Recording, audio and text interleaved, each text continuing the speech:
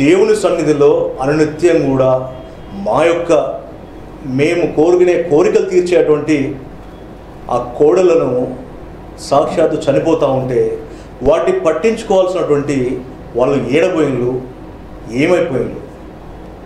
ఇది తెలంగాణ రాష్ట్రంలో అత్యంత మహిమగలటువంటి పుణ్యక్షేత్రం, సాక్షాత్తు ఆ శివుడే కొలువై ఉన్నటువంటి ప్రాంతంగా చెప్పుకున్నటువంటి శ్రీ రాజరాజేశ్వర స్వామి వేములవాడలో ఉన్నటువంటి కోడలు వరుసగా కూడా మృతి చెందుతూ ఉంటే పట్టించుకోవాల్సినటువంటి సిబ్బంది కానీ అధికారులు ఏం చేస్తూ ఉన్నారు అంటే ప్రతిపక్ష పార్టీలు వచ్చి అవి చస్తున్నారా మొర్రో అంటే కానీ మీరు పట్టించుకోరా.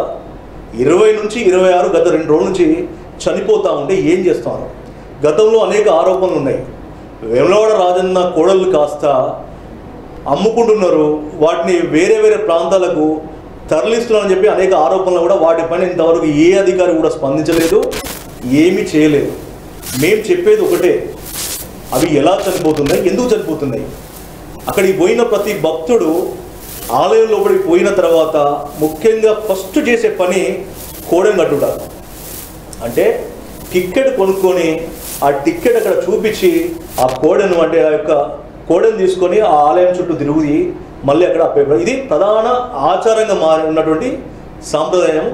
వెనుకటి కాలం నుంచి కూడా వస్తున్నట్టు ప్రధాన ఆచారం ఇది. అంటే వాటిపైన ధనం సంపాదించుకోవడం మీకు తెలుసు తప్ప వాటికి సంబంధించి ఎలా చూసుకోవాలి, ఆలన పాలన చూసుకోవాల్సిన బాధ్యత మీకు లేదా. ఈరోజు ప్రతి ఒక్కరూ సోషల్ మీడియా వేదిక ద్వారా ప్రశ్నిస్తున్నారు. వారి తరపున అందరి టీవీ కూడా ప్రశ్నిస్తాము. నేను చెప్పేది ఒకటే, ఇప్పటికైనా ఉన్నతాధికారులు స్పందించాలి.